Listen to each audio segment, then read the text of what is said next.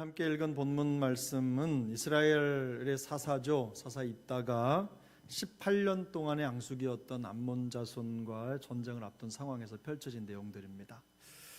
암몬은 지금의 요르단 중앙부죠. 요르단이라고 하는 큰 땅이 있다면 그 땅의 중앙쯤에 자리 잡고 있던 족속인데, 암몬과 이스라엘 사이에는요, 사해 동편이죠. 사해 동편부터 요단강 동쪽 땅 끝자락에 이르기까지 쭉 이어지는 아주 거대한 골짜기가 있는데, 그 아르논 골짜기라고 하는 땅입니다.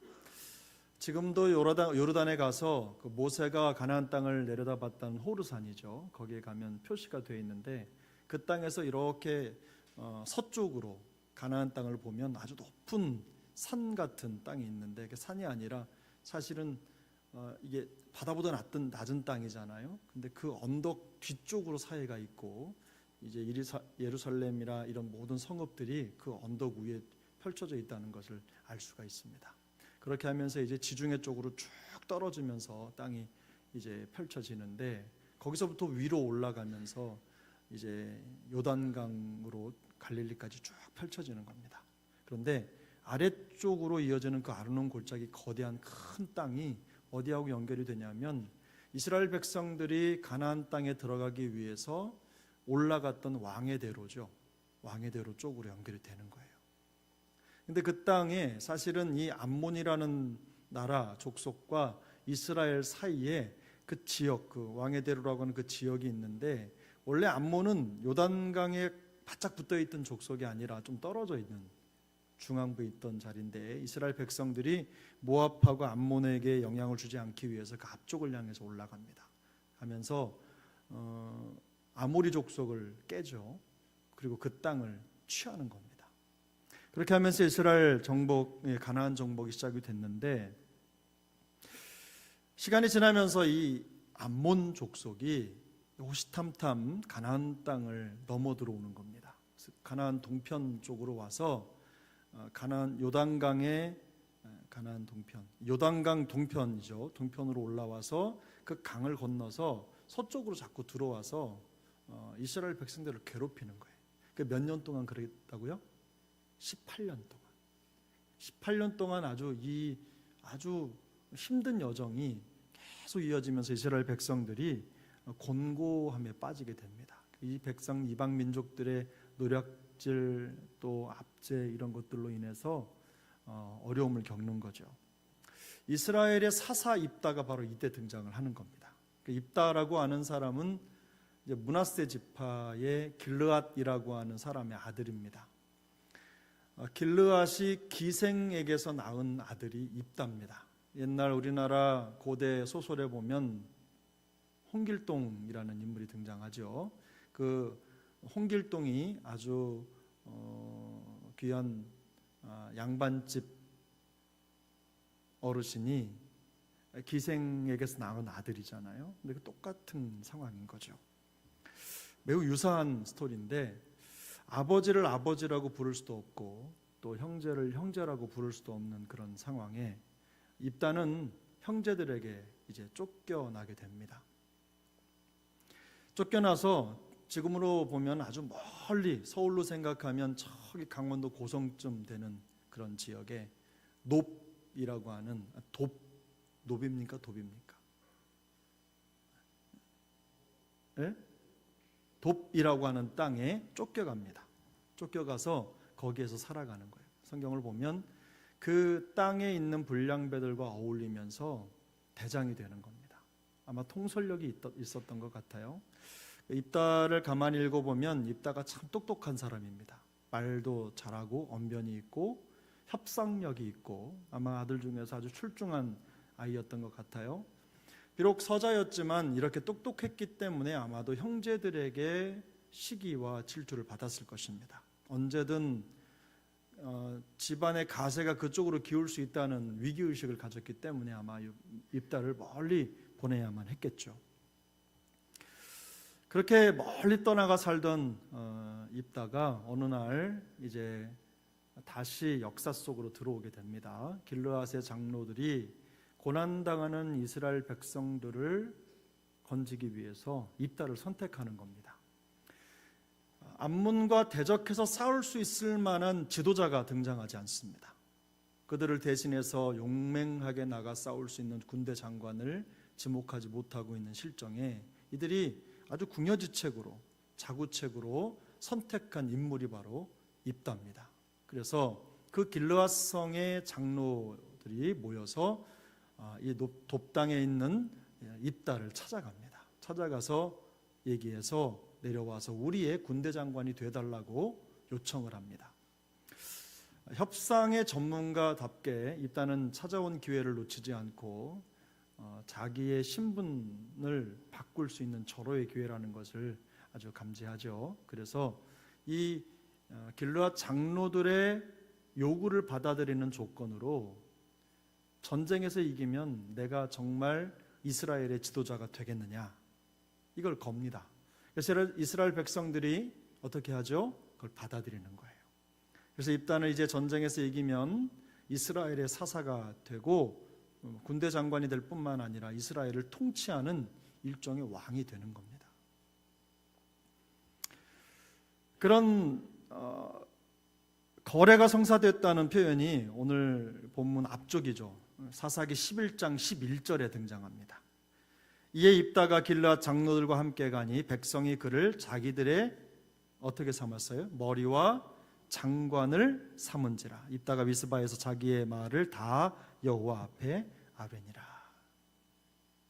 이제 거래가 성사되고 입다가 이스라엘의 군대 장관이 되었습니다. 군대 장관이 된 후에 입다가 가장 먼저 한 것은 암몬에 사신을 보내는 것이었습니다. 그 왕에게.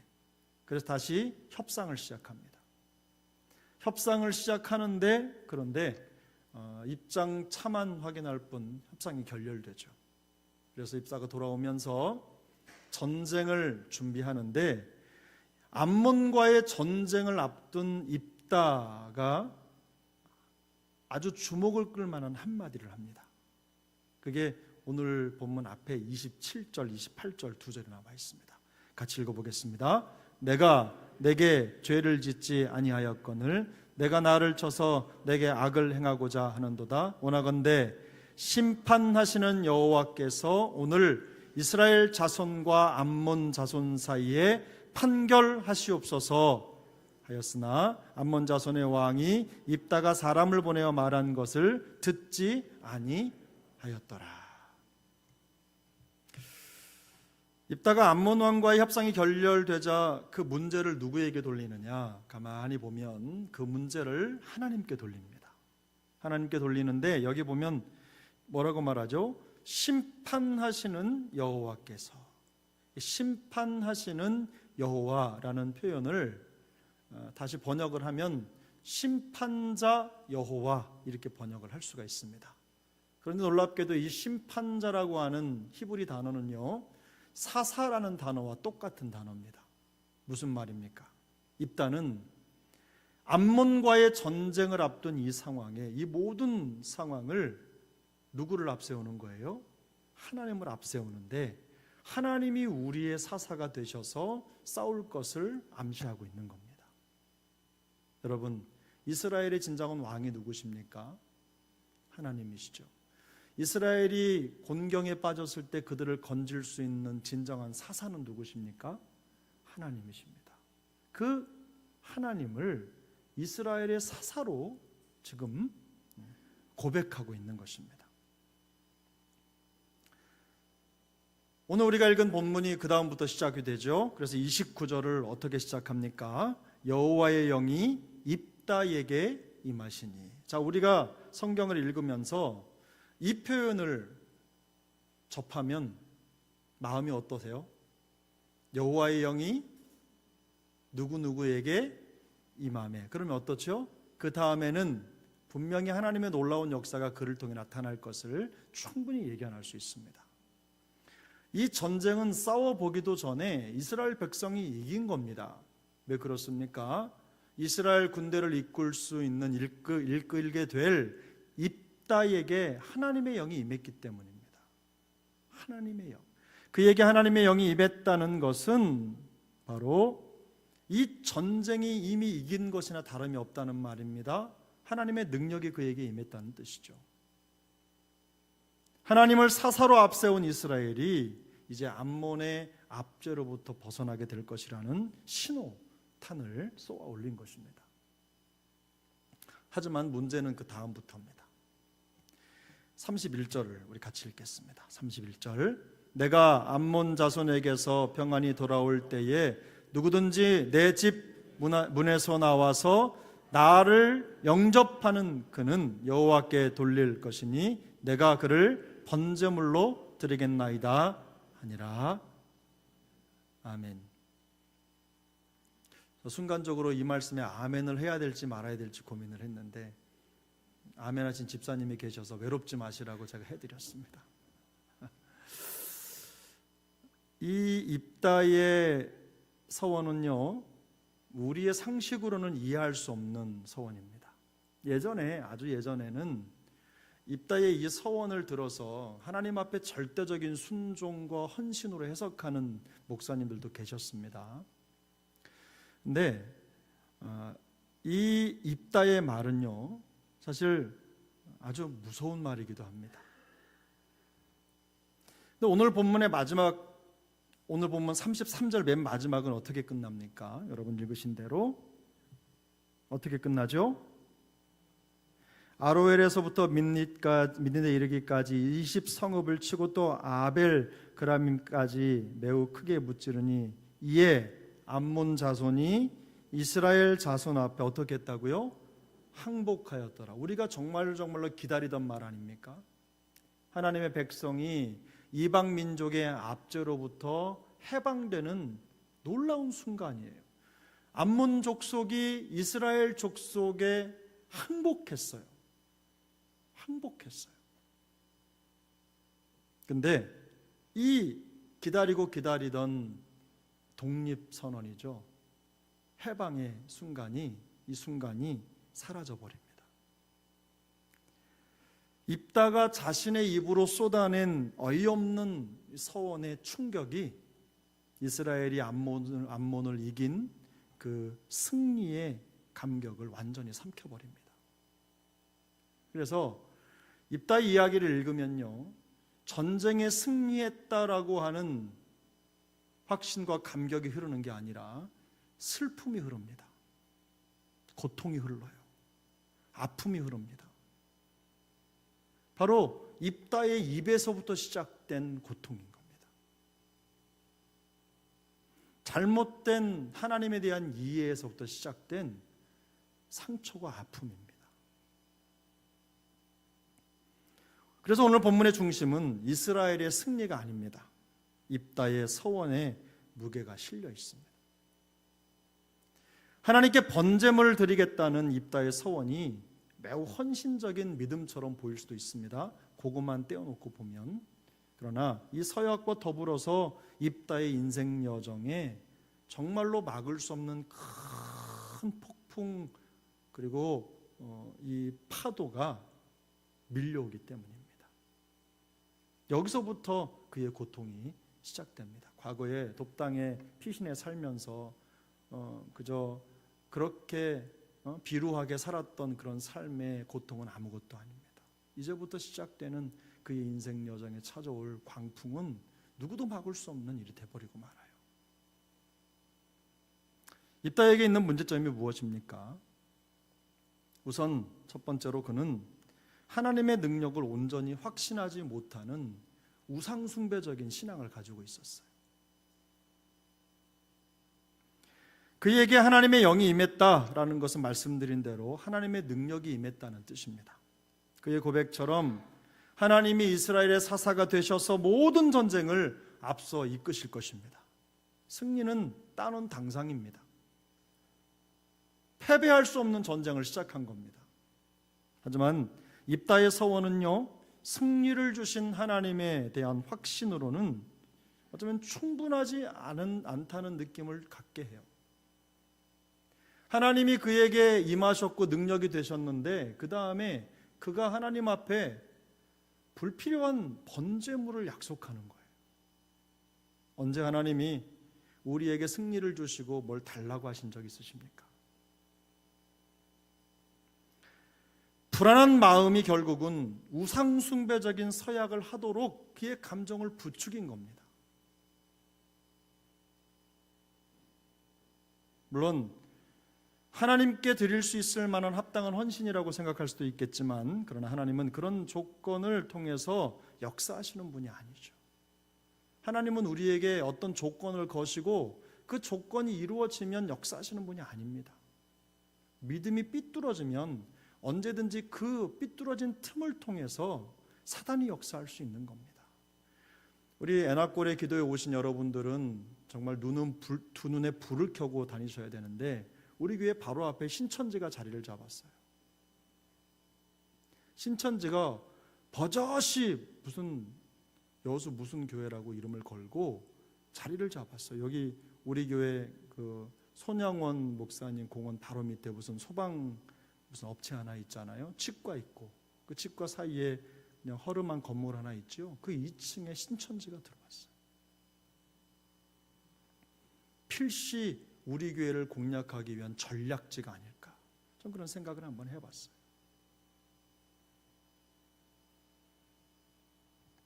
우리가 깨어있지 못하면, 믿음에 바로 서 있지 못하면 언제든 이렇게 우리의 마음속에 도사리고 있는 잘못된 신앙의 영향을 받을 수 있다는 겁니다. 깨어 있어야 합니다. 깨어 있어야 돼요. 두 번째는요, 그의 서원은 하나님의 은혜를 손상시켰어요. 은혜를 망가뜨려 버렸어요. 승리의 대가로 번제를 드리겠다는 거, 이거 정말 영악한 생각입니다. 여러분, 우리가 신앙생활하면서 이런 표현 참 많이 해요. 하나님 이렇게 해주시면 제가 이만큼 주께 드릴게요. 하나님 이렇게 해주시면 이렇게 할게요. 이거요, 가만히 보면 믿음의 고백 같지만 매우 대단히 위험한 생각입니다. 하나님이 그거 없어서 역사 못하시는 분 아니잖아요. 자신을 맞이하기 위해서, 더구나 누가 나올지도 모르는 상황에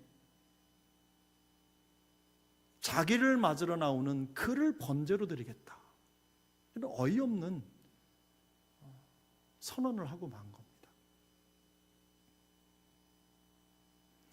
말씀드린 대로 하나님이 그 승리를 대가로 우리에게 무언가를 요구하신다면 우리는 하나님을 잘못 알고 있는 겁니다. 그런 하나님으로 이해하고 있다면, 일단은요, 하나님이 어떤 분인지에 대해서 아주 대단히 오해하고 있는 거예요. 사실 하나님이 우리에게 베풀어 주신 구원의 은혜를 생각하면 여러분, 우리 모든 걸 다 드려도 아깝지 않은 거 아닙니까? 그런 거 아닙니까? 그게 우리 믿음이어야 되지 않습니까? 우리의 믿음이 거기서부터 시작하는 거예요. 대신 하나님은 우리에게 최소한의 것, 그리고 나머지는 다 우리에게 주시잖아요. 여러분 보세요. 하나님이 어떤 마음인지 우리 미가서 6장을 한번 찾아 읽겠습니다. 미가서 6장입니다. 미가서 6장 6절부터 8절 우리 함께 읽습니다. 내가 무엇을 가지고 여호와 앞에 나아가며 높으신 하나님께 경배할까? 내가 번제물로 1년 된 송아지를 가지고 그 앞에 나아갈까? 여호와께 천천의 순양이나 만만의 강물 같은 기름을 기뻐하실까?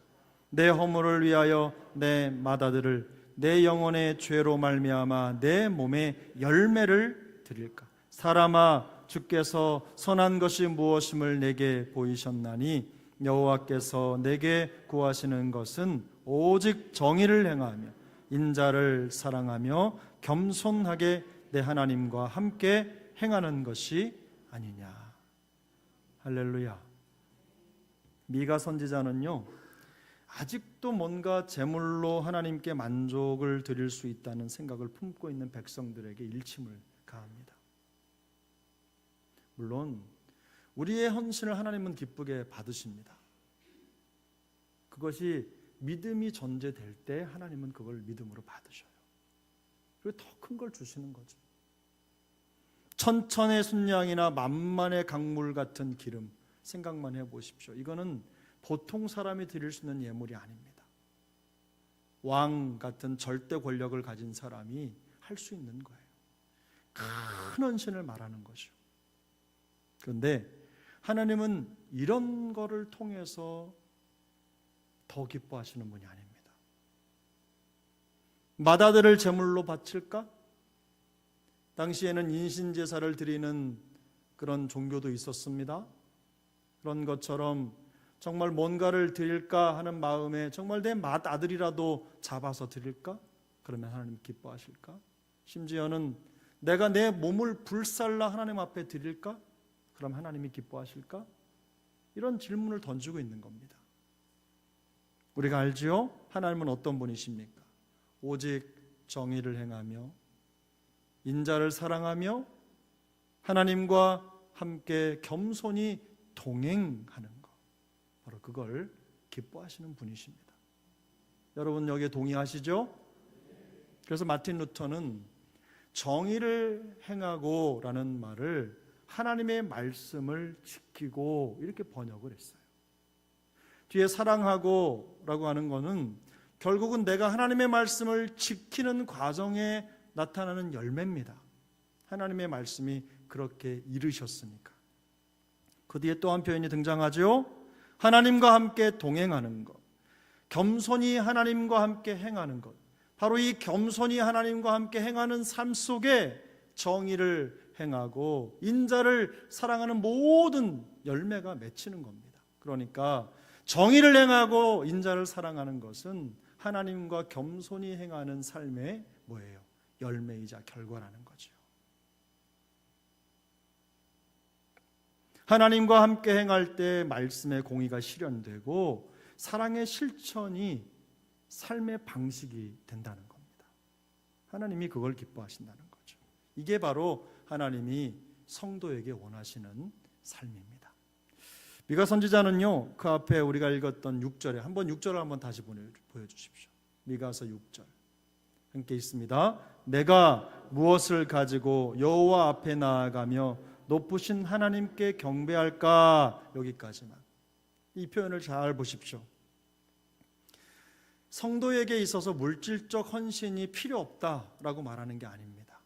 성도에게 있어서 물질적으로 헌신하는 것이 필요 없다, 이걸 말하는 게 아니라 하나님의 뜻도 깨닫지 못하고 순종도 없는 채로 헌신하는 것은 결국 무가치한 우상 숭배가 될 소지가 있다는 겁니다.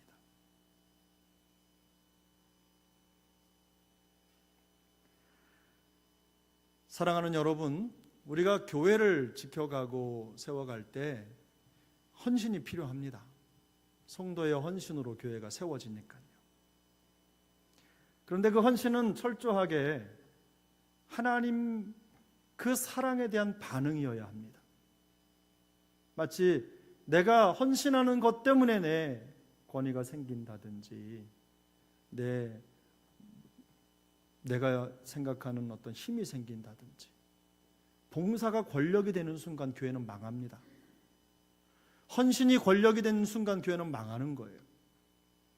하나님 앞에 충성하고 하나님 앞에 드리는 그 삶, 시간, 물질, 모든 육체적인 헌신, 이런 것들이 결국에 능력이 되고 권위가 되고 그 사람의 크레딧이 되는 순간 교회는 망하는 겁니다. 교회에 하나님 앞에 인정받는 크레딧은, 신용은 믿음으로 가능한 겁니다. 오직 믿음밖에 다른 것은 없어요.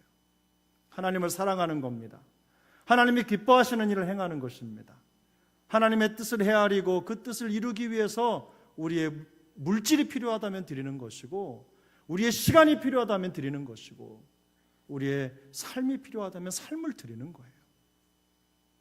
그게 주님이 기뻐하시는 겁니다.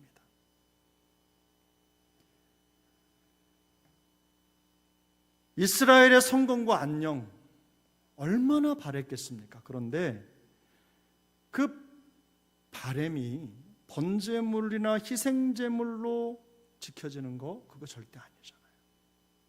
입다가 놓친 게 바로 그 부분입니다. 우리가 금방 읽진 않았지만 미가서 6장 6절 그 5절을 보면 기억하라는 단어가 등장하거든요. 뭐냐면 하나님께서 너희를 어떻게 구원하셨는지를 기억하라는 거예요. 성도의 삶의 원리는 무엇입니까? 우리에게 은혜 베풀어 주신 하나님을 기억하고 항상 그분 앞에서 새로운 마음을 가지고 하나님의 뜻을 받들어 섬기며 말씀으로 행하고 주님과 동행하는 삶을 살아가는 것, 바로 그게 성도에게 요구되는 삶이라는 겁니다. 이스라엘의 가장 충만한 번영이 언제 이루어집니까? 성경이 보여주고 있는 것처럼 하나님과의 관계 속에서 이루어지는 거죠. 하나님과의 관계 속에서. 하나님의 백성의 성공과 안녕은 결국은 하나님과의 온전한 관계를 통해 나타나는 것입니다. 입다가 이 사실을 깨달았다면 이렇게 미신적인 번제 서약 같은 거는 안 했을 것입니다. 대신 그 땅에 세워져 있는 모든 산당을 다 깨버리고 하나님을 향한 믿음으로 백성들을 돌이켜 세우기 위해서 계획을 세웠을 것입니다.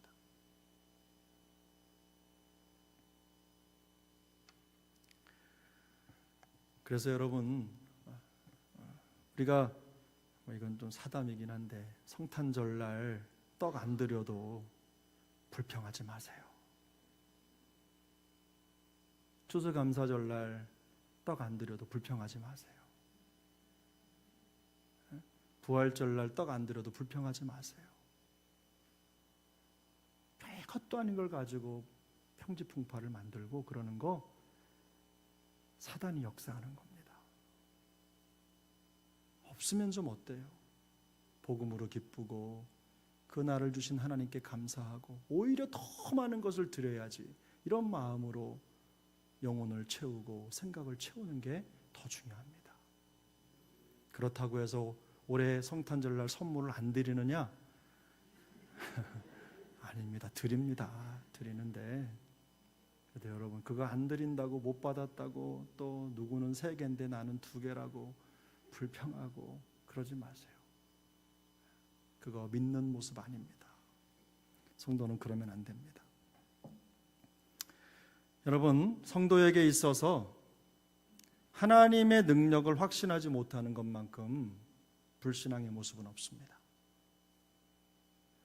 대표적인 불신앙이죠. 확신이 없으면 불안한 겁니다. 불안을 감추기 위해서 뭐라도 해야 되는 거예요. 뭐라도. 여러분이 드리는 헌신이나 헌금이나 충성이 여러분 안에 있는 하나님을 향한 확신의 불확신에서 오는 이 불안함을 감추기 위한 것이 되지 않기를 바랍니다. 주의를 지키는 분들 가만히 보면요, 그런 말씀 많이 하시죠. 옛날에 주의를 안 지키고 어디 가다가 사고 나가지고 하나님이 벌하셨다. 그러면 주의를 안 지켰는데 사고 안 나는 사람은 뭡니까? 성경책을 차에다가 안 두면 불안해서 운전을 못한다? 그러면 성경책 안 두고 운전하는 사람은 뭡니까?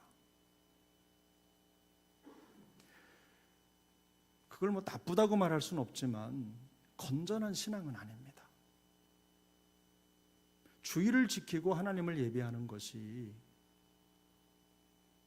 그것 때문에 하나님이 나를 지키신다라는 그런 착각을 하시면 안 돼요. 하나님이 나를 구원해 주신 그 기쁨과 감격으로 그저 일주일의 작은 시간을 구별해서 하나님 앞에 전심으로 드리는 것. 더 드리고 싶은데 그것밖에 드릴 시간이 없어서, 상황이 없어서 안 돼서 오히려 마음속에 안타까움을 갖는 것. 이게 성도의 마음이라는 거예요. 불안을 감추기 위해서 뭔가 추가적으로 뭔가를 해야 된다고 생각하면요, 믿음을 점검하셔야 돼요. 헌물을 드리고 제물을 드리는 행위가 우리의 믿음에 근거한 것이라고 한다면 문제는 없습니다. 제가 여러분들에게 뭐 드릴까 안 드리고 성도의 본분이나 의무를 지키지 않는 것에 대한 면죄부를 드리는 게 절대로 아닙니다. 하나님 앞에 바른 헌신을 하자는 얘기예요. 말씀드린 대로 믿음에 근거해서 헌물도 드리고 충성하는 거, 그게 믿음이라면 좋습니다. 그러나 그것이 하나님의 뜻이나 능력에 대한 어떤 확신을 손상시키는 것이라면 성도의 삶과 신앙에 있어서 아주 치명적인 문제를 일으킬 것입니다. 결국 그렇게 하나님 앞에 헌신하고 그렇게 하나님 앞에 시간을 드리고 삶을 드리는 사람은 결국 그것 때문에 하나님 앞에서 무너지는 거예요.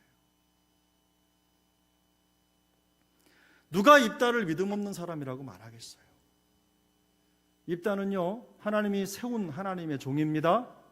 그러나 결국 그가 가지고 있는 그 마음속에 우상의 관습을 깨지 못해서 그것 때문에 무너지는 겁니다. 더 큰 무너짐이 있는 거죠.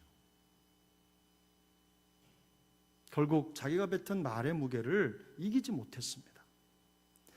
근데 돌아보니까 제가 말씀을 준비하면서 그런 생각을 했어요. 누구라도 입다 같은 서약을 할 수 있다. 누구라도 입다의 문제에 함몰될 수 있다는 거예요. 근데 입다의 문제점이 뭐예요? 하나님이 인신제사 같은 그런 이상한 것들을 받지 않는 분이라고 하는 아주 가장 기본적인 하나님에 대한 이해도 없는 사람이었다는 거예요. 저는 입다가 하나님을 이렇게 몰랐으리라고 생각하지는 않습니다만 한 가지 추측해 볼 수 있는 합리적인 의심은 이런 거예요. 오랫동안 도망 다니면서 믿음 없는 사람들과 섞여 살면서 그 안에 믿음의 흔적보다는, 말씀의 역사보다는 우상 문화가 스며들었던 것 같아요. 어느 순간 나도 모르는 사이에 내 생각과 내 마음이 거기에 영향을 받는 거예요. 오염이 된 겁니다. 그래서 감동이 그냥 감정적으로 충만할 때 조심해야 되는데 바로 그때 입을 열어서 하나님의 생각 속엔 존재하지도 않는 번제를 생각해낸 겁니다. 당연하게 드릴 거라고, 하나님이 그걸 기뻐 받으실 거라고 생각한 거죠. 신앙적인 말을 하는 것처럼 보이지만 이방 문화에 젖은 생각의 틀을 벗어나지 못하고 있는 겁니다. 결국 자신의 딸을 번제로 드리는 돌이킬 수 없는 실수를 하게 됩니다. 우리가 이거 잘 알고 있잖아요. 이따 이런 모습에서 우리의 삶에 직접적인 영향이 있는 교훈을 한 가지만 제가 적용을 하자면 이런 겁니다. 말이나 행동은요, 정말로 경계하고 조심할수록 좋습니다. 제가 정말 많이 드렸던 것 같은데 말씀을, 교회가 어려울 때 언제 어렵냐? 다른 걸로 어려운 게 아니에요. 재정적으로 어렵고 또 뭐 일꾼이 없고 또 시대가 이렇게 흘러가고 그래서 교회가 어렵고 그것 때문에 힘든 거요? 견딜 수 있어요. 그런데요, 교회의 성도님들의 말 때문에 교회가 무너지는 거예요. 자중질환하는 거예요. 근데 여러분 그거 아십니까? 우리가 하는 말은 다 하나님 앞에서 하는 서약과 같다는 거. 우리가 흔히 하는 말로 우리가 다 누구 앞에 살아갑니까? 하나님 앞에 살아가죠.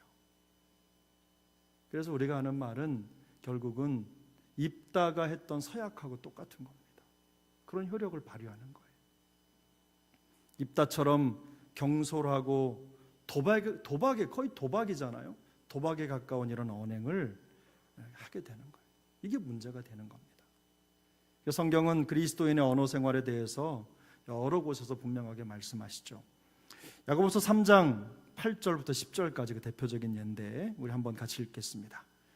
혀는 능히 길들일 사람이 없나니 쉬지 아니하는 악이요 죽이는 독이 가득한 것이라. 이것으로 우리가 주 아버지를 찬송하고 또 이것으로 하나님의 형상대로 지음을 받은 사람을 저주하나니 한 입에서 찬송과 저주가 나오는도다. 내 형제들아, 이것이 마땅하지 아니하니라. 아멘. 저도요, 정말 계속해서 제 마음속에 잊어야지, 눌러야지, 이겨야지, 은혜로 이겨야지, 덮어야지, 그러다가도 제 감정을 건드리는 뭔가 제 안에 그 트리거 포인트가 있는 것 같아요. 그걸 건드리면 저도 모르는 사이에 그동안 눌렀던 게 그냥 완전히 다 해체돼 버리고 말아요. 저도 그렇더라고요. 얼마나 조심스러운지 몰라요. 제가 받은 상처의 깊이만큼, 아픔의 어려움, 고통만큼 어떤 사람은 막 이름 석자만 들어도 마음속에 막 부해가 치밀어 오르는 경우가 있어요. 저런들 왜 없겠어요? 저도 사람인데. 근데 항상 하나님의 은혜로 덮어야지, 눌러야지, 담아야지, 내가 바다가 돼야지, 더 깊이 파야지, 이런 생각을 하면서도 이상하게 나오기만 하면 그냥 제 머릿속 가슴속의 그 엉어리가 막 말로 터져 나오는 것 같아요. 어떨 때는 하나님의 말씀을 제 감정이 이기지 못할 때가 더 많은 것 같아요. 근데 여러분 보세요. 이 야고보서 3장의 말씀을 한번 보십시오. 결국 저는 이 말씀을 읽으면서 오늘 본문하고 연결을 해봤어요. 자, 오늘 우리의 상황과 연결을 해봤습니다. 기도하는 사람으로서 마음에 담아서는 안 될 생각이 있습니다.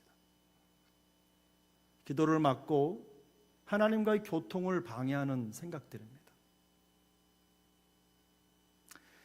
설령 그게 옳은 생각이라고 할지라도 기도를 방해하면 옳은 것이 아닙니다. 진리를 말하는 것, 사실을 말하는 걸 즐겨하거나 좋아하는 분들이 종종 있어요. 근데 그 사실이라고 하는 것도요, 말이라고 하는 건 상황과 환경과 여건을 다 계산을 해야 합니다.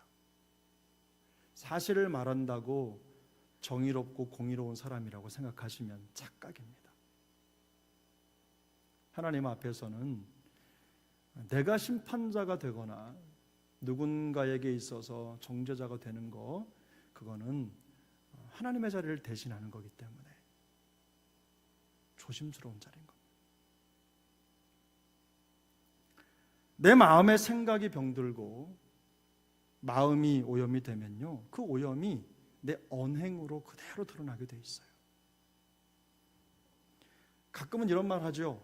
내가 한 말이 아니라 누가 이러던데 라고 하면서 어떤 말을 한다면 그것도 자기가 한 말입니다. 결국 내 입을 통해서 나오는 말이기 때문에 남의 말이라고 할 수가 없는 겁니다. 내 말인 거예요. 나에게 그런 생각이 있으니까 그게 들리고 보이는 겁니다. 제가 설교에 관련된 책을 읽다가 이렇겠구나라는 생각을 했습니다. 불과 얼마 전 일입니다. 며칠 전의 일. 꾸준히 읽는 책의 한 귀절이 눈에 들어왔습니다. 내가 가지고 있는 지식의 뭐라고 할까요? 저주. 하나님의 말씀을 연구하고 그 말씀을 많이 가졌는데 그 말씀을 전달하고 내 이 지식을 전달해야지라고 하는 그 열정으로 막 쏟아낸다고 해서 성도님들이 다 그걸 받을 수 있는 게 아니라는 거예요. 여러분 거기에 동의하시죠? 어려운 말, 그저 막 이런 말 저런 말 그냥 막 연구해가지고 말한다고 해서 제가 똑똑한 게 아니라는 뜻입니다.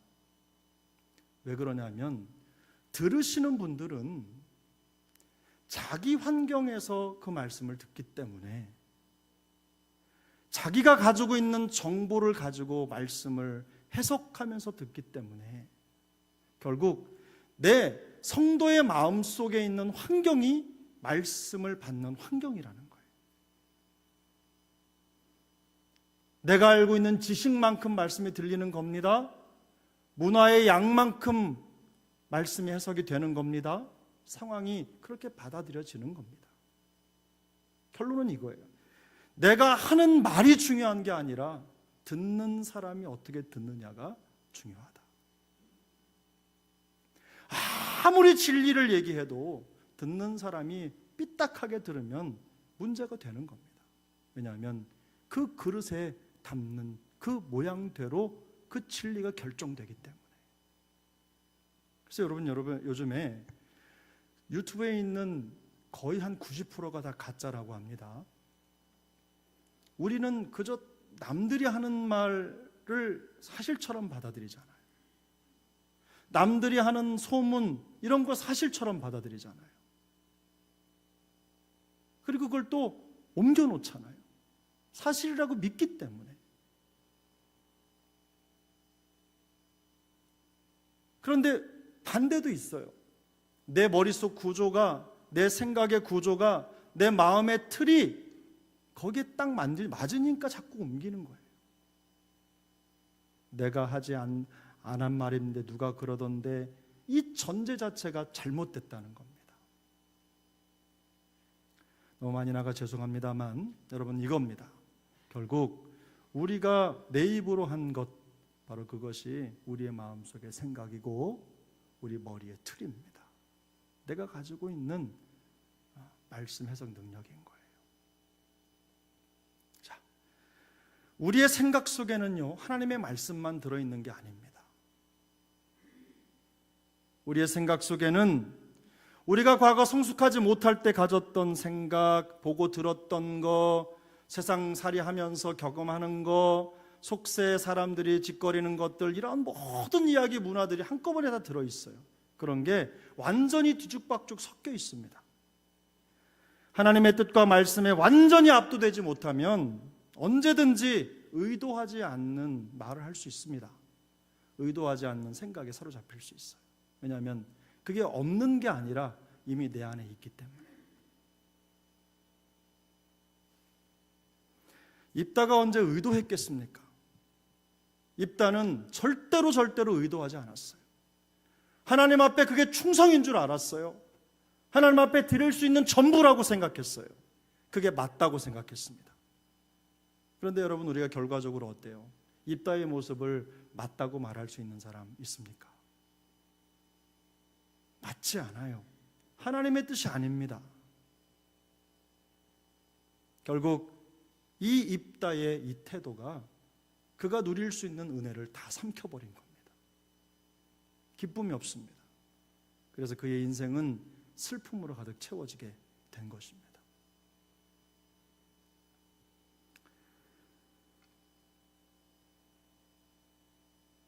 그가 내놓은 하나님의 뜻과 상관없는 그 서원 한마디가 하나님의 위대한 승리를, 엄청난 적을 항복하게 만들었던 그 하나님의 역사를 다 삼켜버렸어요. 은혜를 망가뜨린 겁니다. 저는 우리 사랑하는 세종왕 식구들이 입다의 실수를 반복하지 않게 되기를 축복합니다. 하나님의 은혜 안에서 우리가 하나님이 주신 은혜를 간직하기 위한 최고의 방법이 무엇인지를 고민하셔야 돼요. 믿음은 항상 절대적이어야 합니다. 그러나 이 절대적인 믿음이 우상적이어야 된다는 말씀은 절대로 아닙니다. 늘 하나님의 뜻을 분별하고 말씀의 귀가 열려 있어야 합니다. 우리의 생각과 입이 기도의 단물을 내는 그런 은혜의 샘이 되도록 힘써야 되는 것입니다. 저는 우리 사랑하는 세종왕 식구들, 특별히 이 애나골에 나와서 함께 말씀의 은혜를 나누며 기도하는 하나님의 사람들이 기도의 단물을 내는 하나님의 샘으로 주님 오시는 그날까지 쓰임받게 되시기를 예수님의 이름으로 축복합니다. 기도하겠습니다.